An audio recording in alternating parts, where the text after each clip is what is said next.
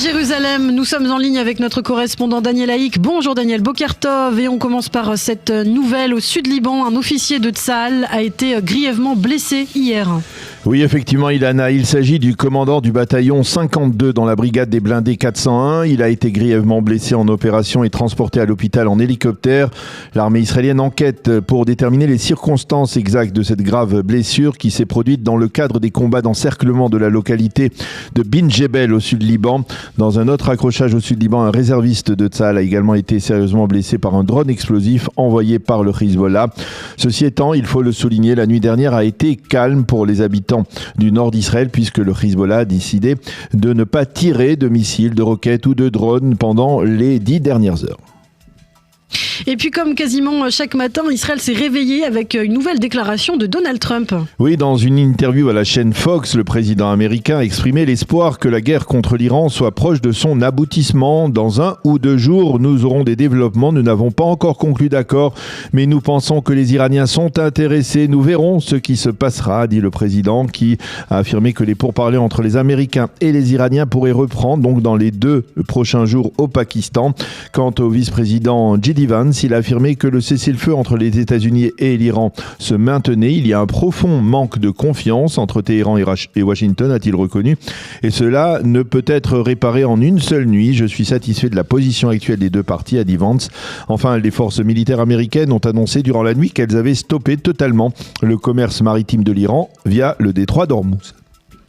Et le premier round des pourparlers officiels entre Israël et le Liban s'est terminé hier soir à Washington. Oui, à l'issue des discussions entre l'ambassadeur d'Israël aux États-Unis et l'ambassadrice du Liban aux États-Unis, Nada Hamada, eh bien, les 2 parties ont publié un communiqué commun qui stipule qu'Israël et le Liban ont enclenché des discussions dans le but de parvenir à un accord de paix entre eux. L'ambassadeur d'Israël à Washington, Yechiel Leiter, a affirmé que le chef du Hezbollah, Naïm Kassem, appartenait au passé. Nous sommes là, nous, pour l'avenir, a-t-il déclaré. Il a affirmé que les discussions ont permis d'établir que les 2 parties, Israël et le pays du Cèdre, étaient unis autour du même objectif, libérer le Liban de l'influence du Hezbollah. Il a également souligné que la sécurité des habitants d'Israël n'était pas négociable. Il a enfin indiqué que le gouvernement libanais avait annoncé qu'il ne serait plus sous l'influence du mouvement terroriste chiite. Selon lui, le Liban et Israël coopèrent activement pour renforcer la sécurité des civils. Et puis la décision de l'Italie de suspendre son accord de coopération sécuritaire avec Israël divise les Italiens. Oui, je vous rappelle que la première ministre italienne Giorgia Meloni a décidé de suspendre le renouvellement de l'accord sécuritaire entre les Italiens et les Israéliens. Je cite, en raison de la situation actuelle. Il s'agit d'un accord qui est signé régulièrement depuis 2005 et qui est renouvelé tous les 5 ans. Et cette décision suscite d'abord beaucoup d'étonnement en Israël, mais aussi beaucoup de critiques au sein même de la droite italienne, où certains accusent même Giorgia Meloni d'avoir trahi Israël et d'avoir par sa décision offert une récompense à l'islam le plus radical. Fin de citation. Et parallèlement, la Serbie, elle, a décidé d'accentuer sa coopération sécuritaire avec Israël. Oui, la Serbie a l'intention de s'associer à Israël afin de produire des drones de combat. C'est le président serbe Aleksandar Vučić qui l'a annoncé hier. Les discussions sont en cours entre une entreprise serbe et la compagnie israélienne Elbit en vue de la construction conjointe d'une usine de production de drones. Selon le président serbe, cela devrait permettre à Israël et à la Serbie de construire les drones les plus performants dans la région. C'est ce matin que la Cour suprême, par ailleurs en Israël, va débattre d'un recours visant à destituer le ministre de la Sécurité nationale, Itamar Ben-Gvir. Oui, pas moins de 9 juges de la Cour suprême seront réunis ce matin pour débattre de ce dossier brûlant qui suscite de très vives critiques au sein de la droite israélienne et du gouvernement, bien entendu. Les plaignants accusent Itamar Ben-Gvir d'avoir violé les ordres de la police qui interdisent au ministre de la Sécurité nationale de s'immiscer dans les enquêtes de la police. Dans sa réponse à la Cour suprême, le Premier ministre Benyamin Netanyahou a affirmé que la demande de limogeage de Ben-Gvir de son poste de ministre de la Sécurité nationale n'est pas constitutionnel. Selon lui, la Cour suprême n'a pas l'autorité nécessaire pour s'immiscer dans des décisions du gouvernement. Et puis enfin, pour terminer, un mot d'économie avec un affaiblissement considérable du dollar face au shekel. Oui, on n'a pas l'habitude beaucoup de faire les taux du dollar et de l'euro, mais on peut le faire ce matin parce qu'effectivement, le billet vert a atteint hier son taux le plus bas en Israël depuis 1996, près de 30 ans. Donc, un dollar à 3 shekels et 0,1 agorot. L'euro aussi a reculé et a été coté hier à 3 shekels 52 agorot. Les observateurs considèrent que le renforcement du shekel en pleine guerre guerre par rapport au dollar et à l'euro est tout à fait exceptionnel. Il peut s'expliquer par la crise actuelle au Moyen-Orient et par l'enclenchement des négociations entre Israël et le Liban.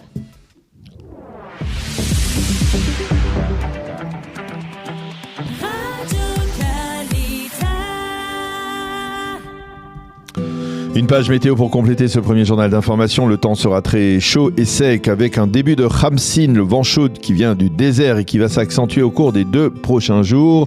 Les températures prévues aujourd'hui, 28 degrés à Jérusalem, 25 à Tel Aviv et Ashdod, 30 à Haïfa et Netanya, 34 degrés aujourd'hui à Eilat. Eh bien, nous avons le plaisir d'être ce matin en ligne avec Michel Fayad. Michel, bonjour.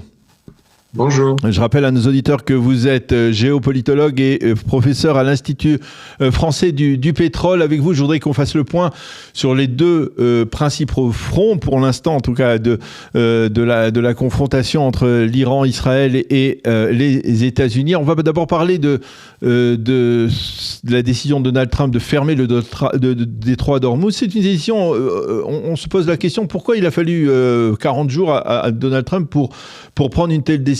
Qu'est-ce qui l'a motivé à votre avis?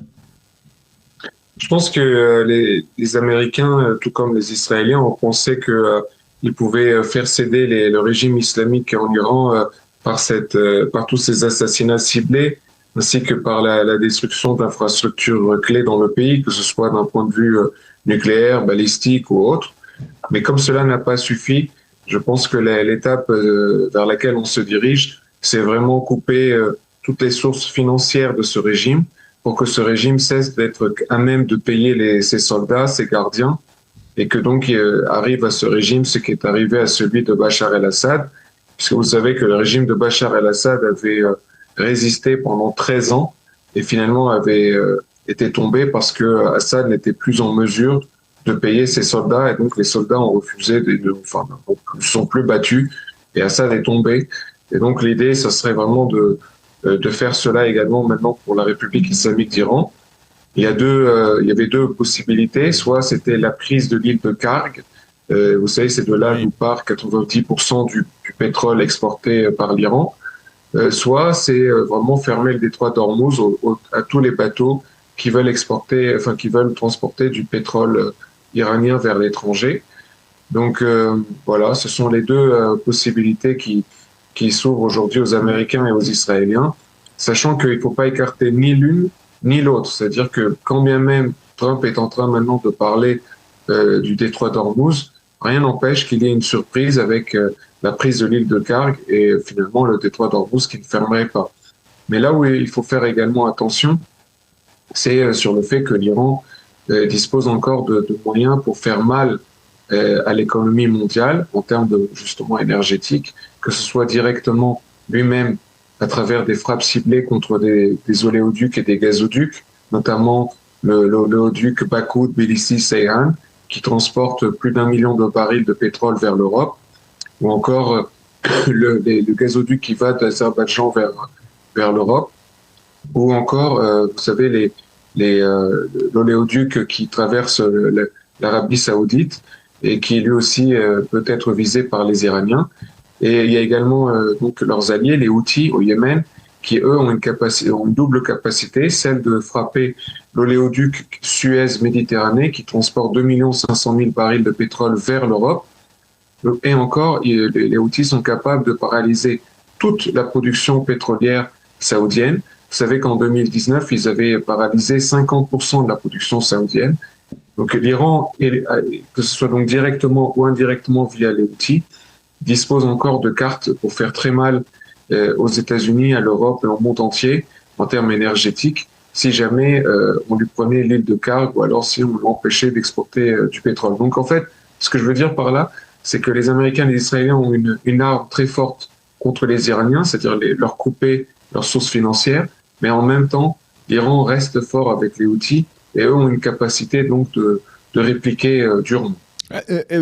Pour parler on va dire des sanctions économiques, c'était pas possible de faire intervenir ce paramètre plutôt dans la confrontation, c'est-à-dire de faire parallèlement aux attaques israéliennes et américaines contre des cibles, que ce soit des cibles des institutions du régime iranien ou alors des cibles plus militaires, faire aussi utiliser aussi l'arme de la guerre économique, de la guerre financière, en gelant quasiment, on va dire, tous les avoirs iraniens, en frappant plus fort de ce côté-là.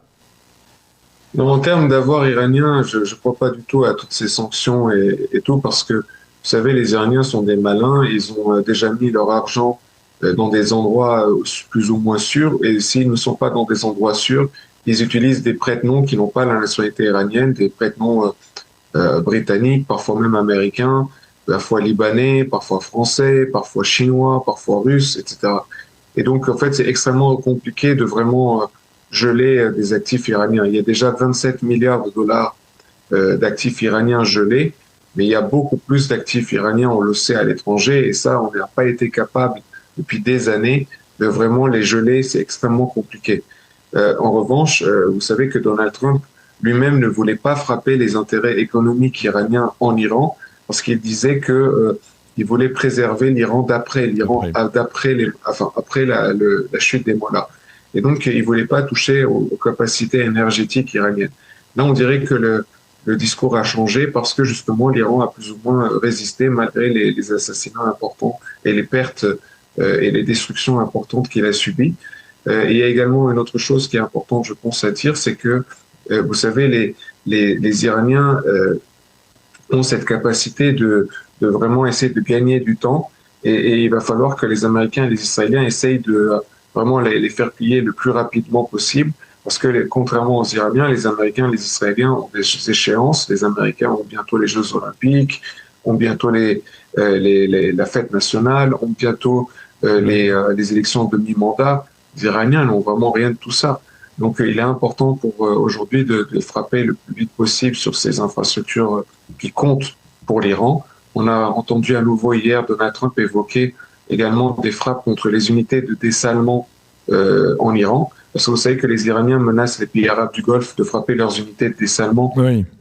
C'est bien, c'est bien. Ce que je veux dire, c'est que ça pourrait vraiment mettre à genoux ces pays arabes du Golfe. Mais en même temps, l'Iran aussi a des problèmes d'eau. Vous savez qu'avant la guerre, le gouvernement iranien évoquait la possibilité d'évacuer totalement Téhéran par manque d'eau.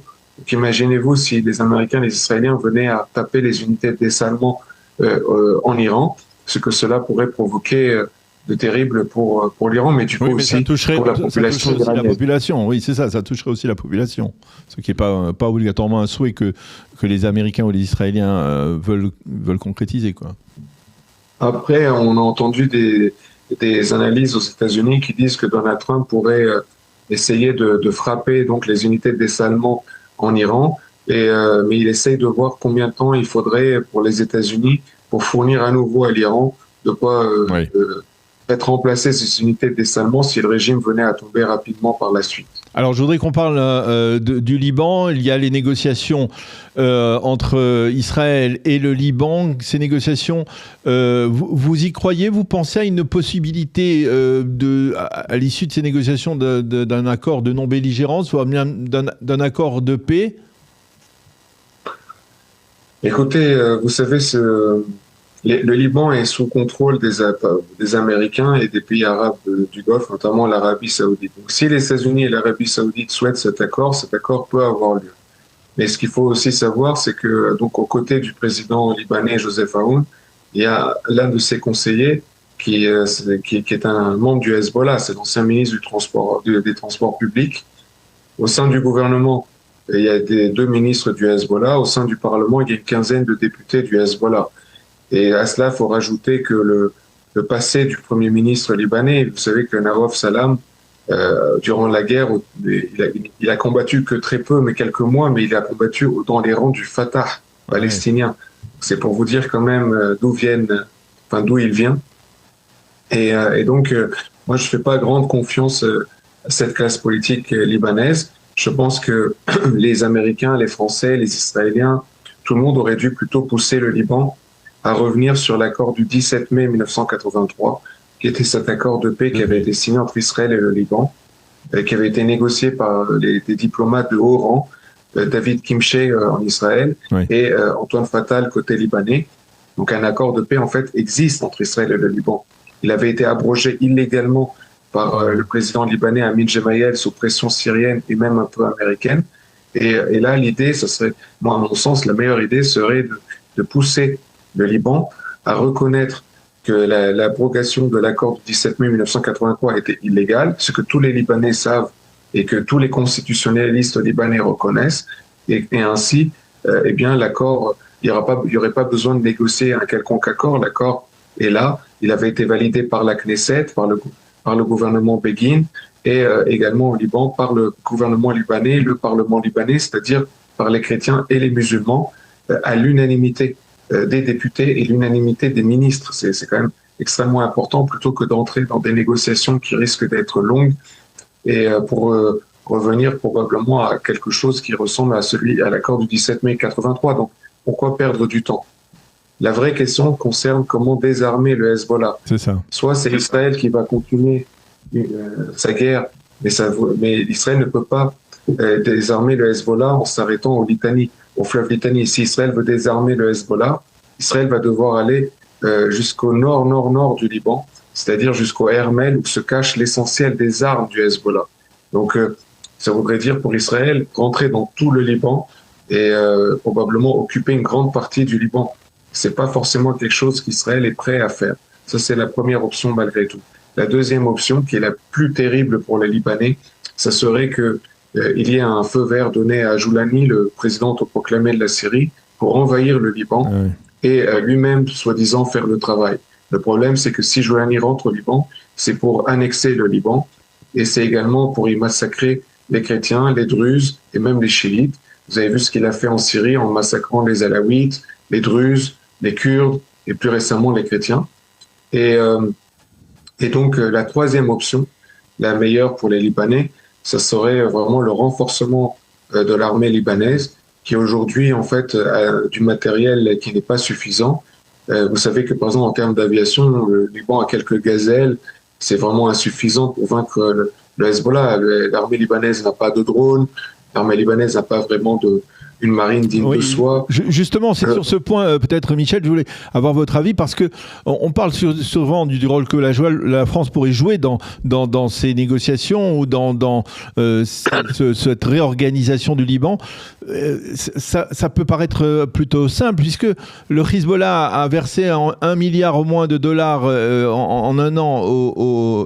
L'Iran a versé 1 milliard de dollars au Hezbollah en un an. Pourquoi finalement, la communauté internationale, les Américains, les Français, ne verseraient-ils pas aussi 1 milliard au moins de dollars ou d'euros à l'armée libanaise, lui permettre de se consolider, lui permettre à ses soldats d'avoir des salaires qui sont bien plus consistants que les salaires médiocres des soldats actuels qui n'ont rien à rivaliser avec les terroristes ceux du Hezbollah. Pourquoi on n'utilise pas, on va dire, l'armée libanaise, on n'essaye pas d'améliorer, de consolider l'armée libanaise pour, à plus long terme, être le facteur dominant qui empêche le Hezbollah de relever la tête?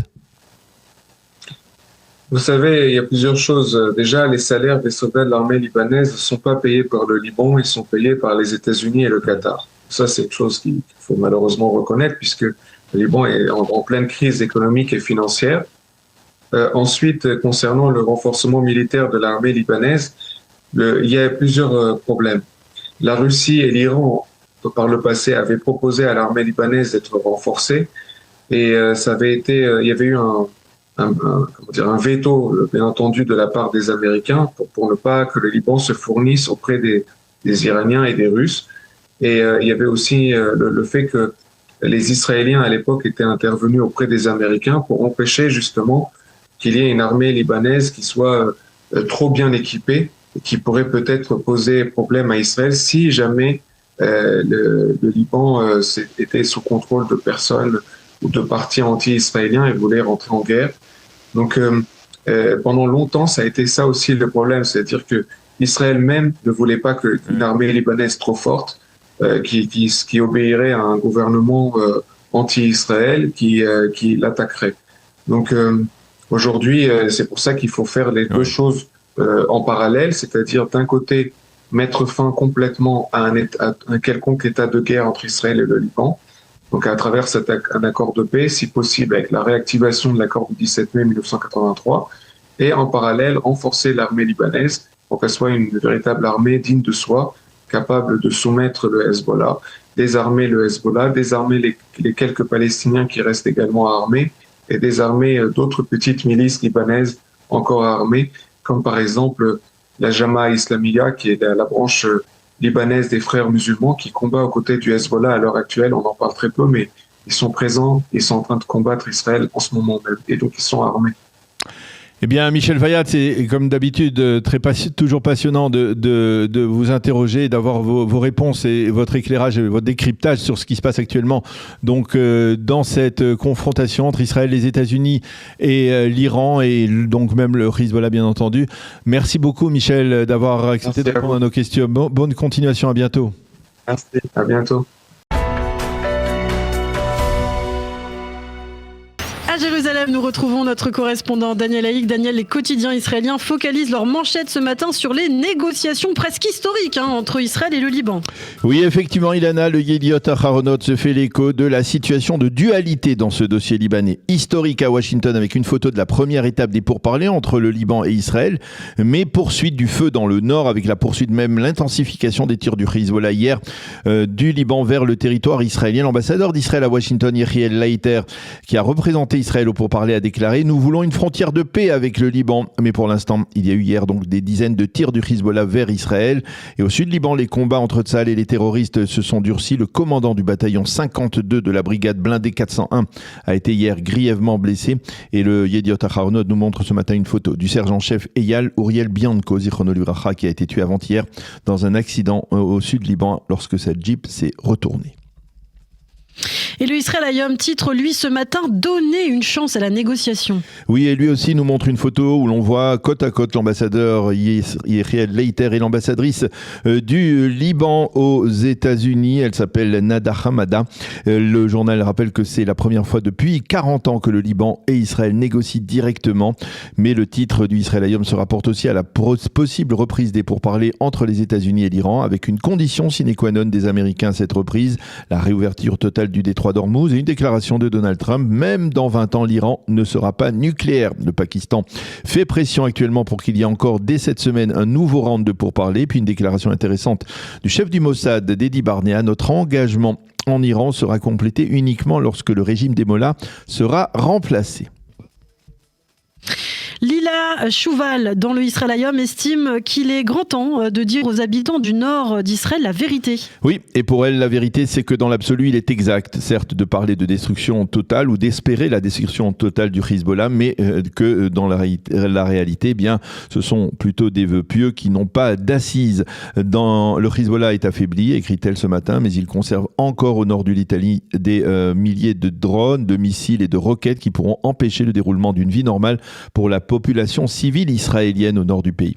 Pour Lila Chouval, le seul moyen de désarmer le Hezbollah, c'est de pénétrer dans chacune des maisons du Liban, ce qui n'est vraiment pas réaliste. Quant à Shirit Avitat Cohen, toujours dans le Israël Hayom, eh bien, elle met ce matin en évidence le débat en Israël entre ceux qui estiment qu'il faut que Tsahal demeure ad vitam aeternam dans la nouvelle zone de sécurité au sud Liban, au sud du Litanie, et ceux qui considèrent qu'il ne s'agit là que d'une étape provisoire. Enfin, le docteur Yehuda Balanga écrit que l'ouverture des pourparlers entre Israël et le Liban reflète aussi un combat interne au sein même du Liban pour l'avenir du pays du Cèdre, entre ceux qui veulent voir le Hezbollah disparaître et ceux qui souhaitent son maintien. Gadi Ezra, dans le Yediot Aharonot, lui considère que lorsque Tsahal aura conquis la localité de Bin Jebel, le chef d'état-major devra y prononcer un discours crucial. Oui, et Gadi Ezra de rappeler que c'est à Bin Jebel que Hassan Nasrallah, le leader du Hezbollah éliminé par Israël il y a de cela près de 2 ans, a prononcé il y a un quart de siècle une allocution connue dans laquelle il avait comparé Israël à une toile d'araignée que l'on peut détruire d'un coup de vent.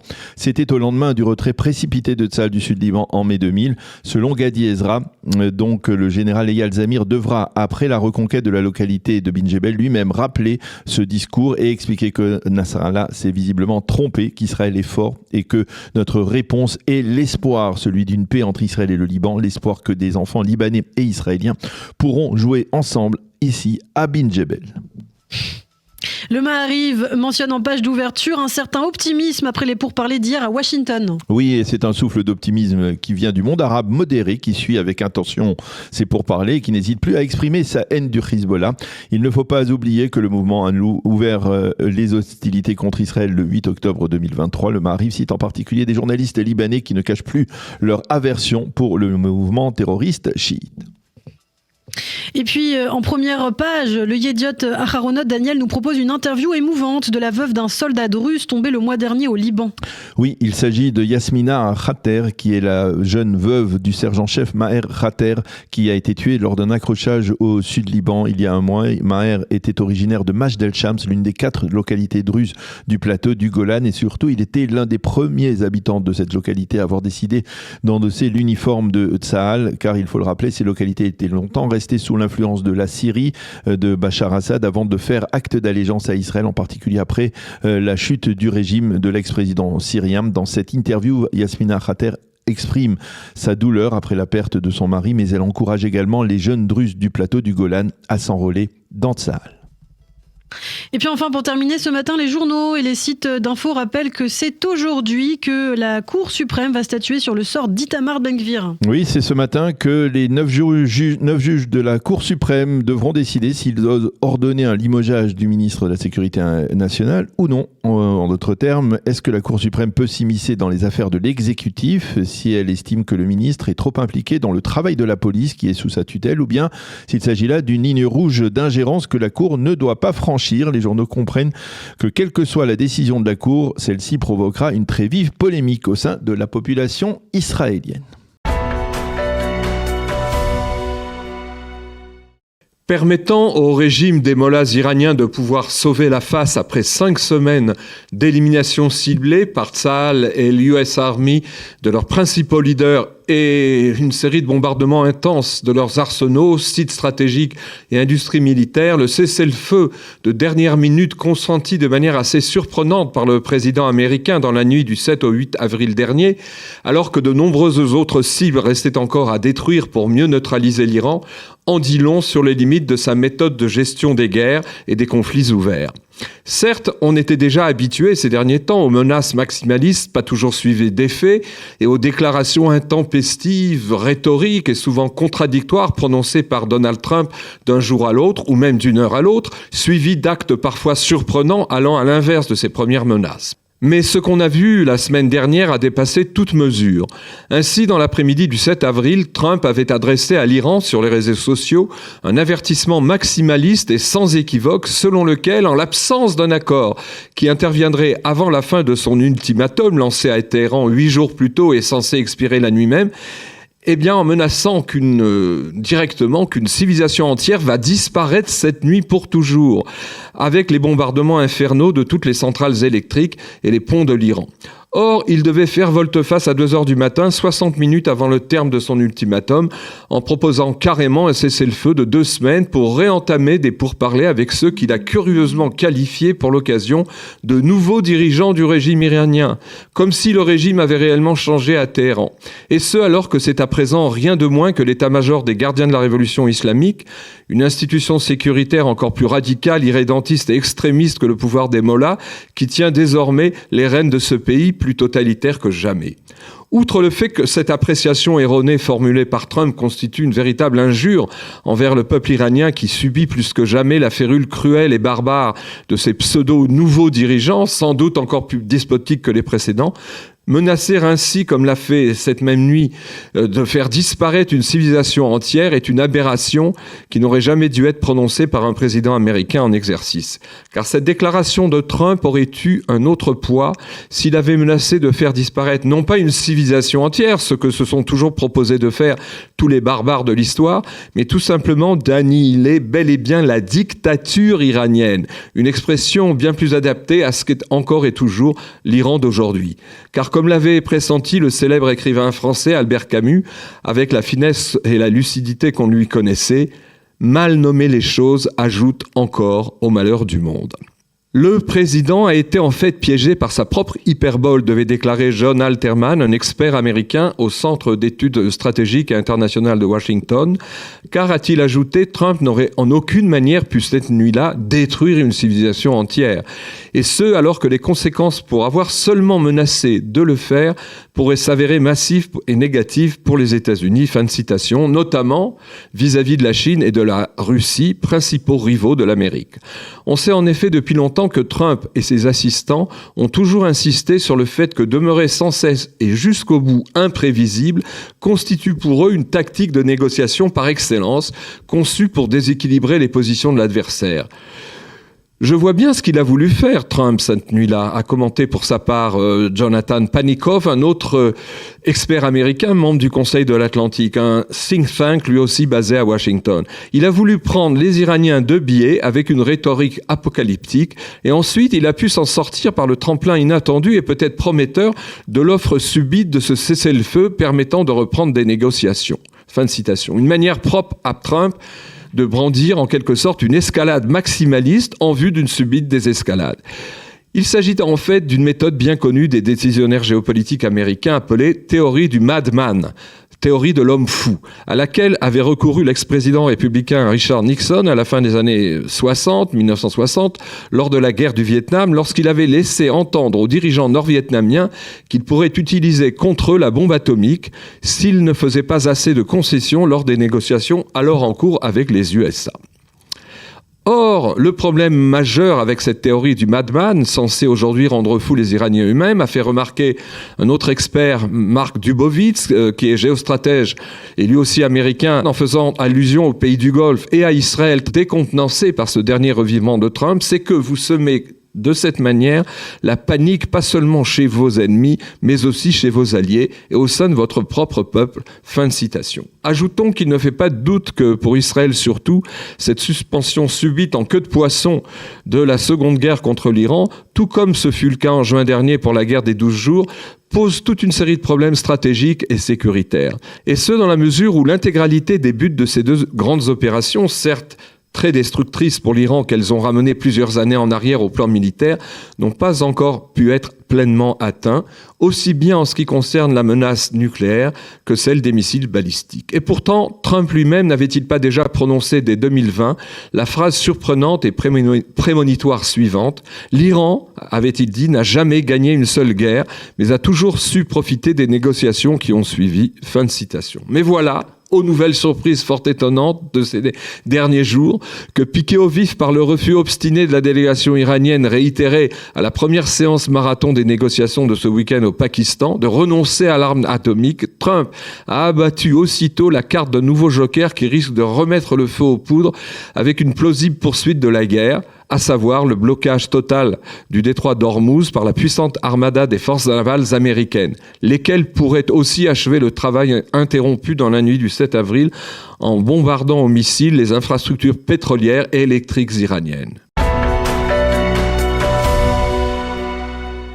Nous sommes en ligne avec Maître Alexandre Bensoussan, qui est avocat dans le célèbre cabinet d'avocats israélien Fuchs, Herzog et Nehman. Alexandre, bonjour, Boker Tov. Boker Tov, Daniel, comment allez-vous ? Eh bien, nous, ça va, mais on a besoin de votre éclairage sur deux dossiers qui sont d'actualité brûlante. Le premier, c'est un dossier, on va dire, de politique extérieure qui se rapporte à la Cour pénale internationale. Le second, eh bien, il se rapporte à la Cour suprême israélienne. On va commencer par cette requête déposée par l'organisation israélienne Shurat Adin contre le Premier ministre espagnol Pedro Sanchez, qui, on le sait, n'est pas un ami d'Israël particulièrement, et qui se voit traduit, en tout cas, devant la justice de la Cour pénale internationale par cette organisation. La Shurat Adin a demandé donc un recours accusant le Premier ministre espagnol d'avoir on va dire, utilisé ou en tout cas commercialisé, on va dire, je vais vous dire exactement les D'avoir prêté main forte, Voilà. absolument. D'avoir prêté main forte à une organisation qui commettait des crimes de guerre et des crimes contre l'humanité. Donc, on le rappelle, Shurat ad-Din, c'est un organisme qui est non étatique. Voilà. Il y a possibilité, tout comme en droit israélien, ça s'appelle une koblana plélit. C'est-à-dire qu'il y a possibilité, en fait, à une tierce personne qui n'est pas forcément, en fait, un État, de pouvoir déposer une plainte devant la Cour pénale internationale et de pouvoir inciter, de pouvoir attirer l'œil du procureur général international, donc Madame Khan, sur le fait qu'il faille ouvrir, qu'il y ait des éléments constitutifs suffisants pour pouvoir, en fait, ouvrir une enquête contre un État ou contre un dirigeant d'État si il y a matière à cela. Et on voit que dans le cas justement de l'Espagne et de Pedro Sanchez, on voit justement que c'est pas complètement déconnecté de la réalité. Au début, je pensais en lisant les articles qui faisaient la une hier qu'il s'agissait simplement de lawfare, donc d'un combat légal tout à fait légitime, puisque comme vous l'avez rappelé, mon cher Daniel, et l'Espagne, depuis le 7 octobre, ne porte pas tout à fait Israël dans son cœur. Donc c'est tout à fait légitime, on va dire, étant donné que l'Espagne œuvre sur tous les plans, que ce soit économique, juridique, dans toutes les instances internationales pour essayer de mettre des bâtons dans les roues d'Israël. C'est tout à fait légitime d'essayer de la combattre sur son propre terrain et d'utiliser tous les instruments qui sont en notre faveur pour pouvoir en faire de même. Donc au début, en voyant ces grands titres, je pensais qu'il s'agissait juste de rendre coup pour coup, mais il s'avère que lorsqu'on se penche véritablement sur le contenu du dossier, il y a des éléments qui sont tout à fait problématiques. Comme par exemple comme par exemple, étant donné que l'Espagne a vendu des pièces. Alors, je vais vous faire tout d'abord un petit rappel. Il s'avère que lorsqu'un pays est sous sanction, c'est-à-dire que c'est le cas de la Russie par exemple, ou c'est le cas de l'Espagne, il est interdit, lorsqu'ils sont sous sanction économique, il est interdit de leur vendre, on va dire, des équipements, de leur vendre en fait quelles que soient en fait les pièces ou les ventes. Il faut des autorisations qui sont très spécifiques et qui touchent simplement en fait à de l'humanitaire. Il s'avère que l'Espagne, en fait, a vendu pour à peu près 1,5 million de dollars de pièces qui sont des pièces à double usage. Ces pièces à double usage, étant donné qu'elles peuvent avoir un usage civil et un usage militaire, sont extrêmement problématiques et peuvent être classées comme des pièces qui sont sous sanction. Et par conséquent, l'Espagne encourt justement des sanctions, et celui qui est à la tête, Pedro Sanchez aussi, puisque c'est a priori, si cela s'avère vrai, c'est a priori un comportement qui est tout à fait interdit. Alors, vous avez dans votre réponse déjà déterminé, on va dire, les deux domaines d'intervention. Le premier, vous dites, c'est effectivement une sorte de contre-attaque de la part de l'État d'Israël, ou on va dire là dans le cadre précis d'une organisation israélienne, qui en a peut-être assez de voir Israël être traduite devant la Cour pénale internationale, de se dire on va leur rendre la monnaie de leur pièce. Et on va traduire des pays comme l'Espagne devant la Cour pénale internationale. Ils ont trouvé effectivement une faille qui leur permet de traduire. La question que je vous pose, c'est est-ce que cette requête a une chance quelconque d'aboutir, quand on connaît, on va dire, la composition de la Cour pénale internationale, et quand on sait qu'elle est, on va dire, presque systématiquement hostile à Israël, mais qu'elle caresse du sang dans le sens du poil, enfin, on va dire, tous les opposants à l'État d'Israël?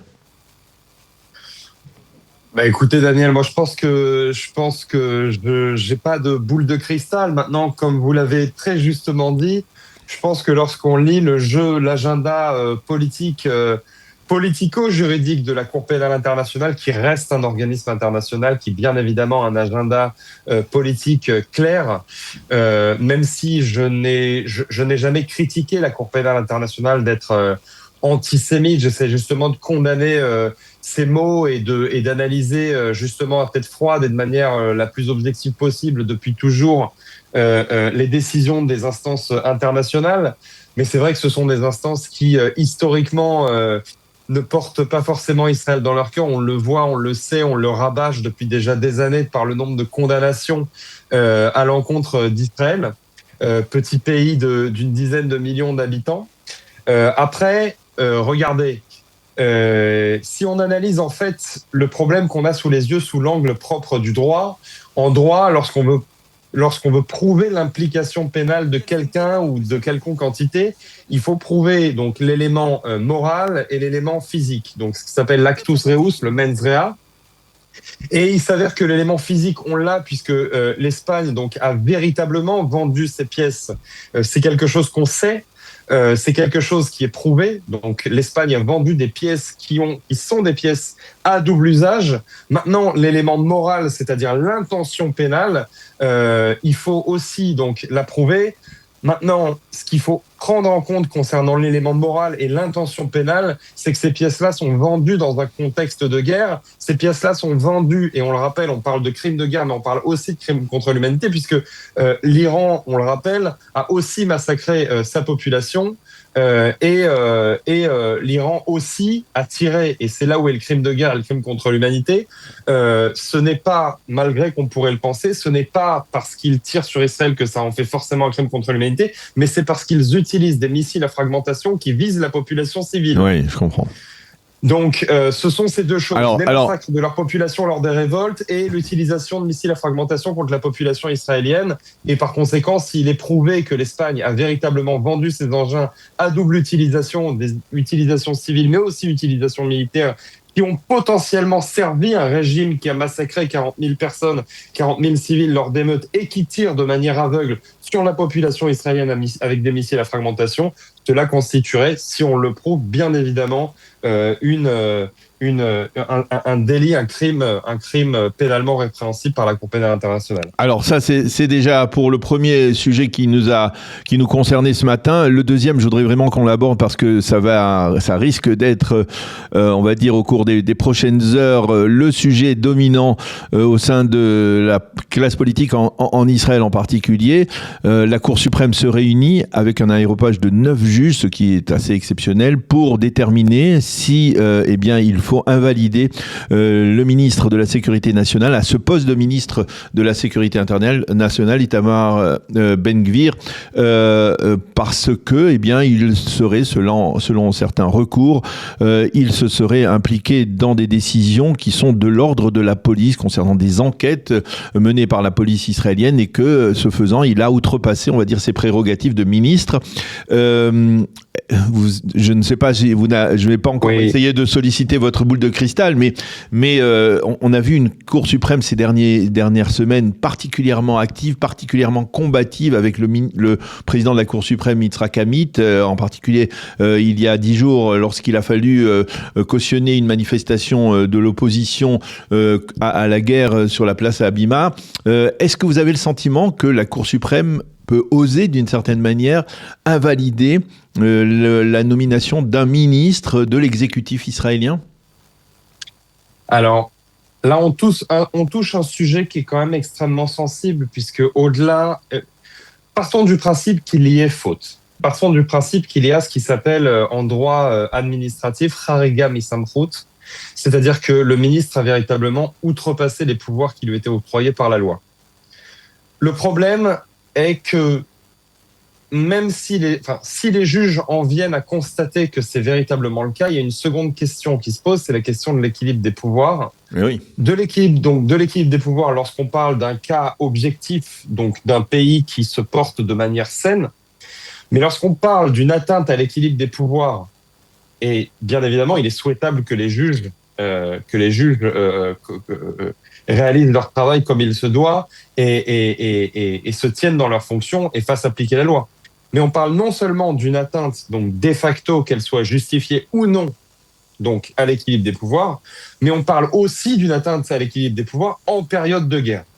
C'est-à-dire d'invalider un membre de l'exécutif qui, de plus, est un membre de l'exécutif qui occupe une place essentielle à la sécurité d'Israël en cas de guerre.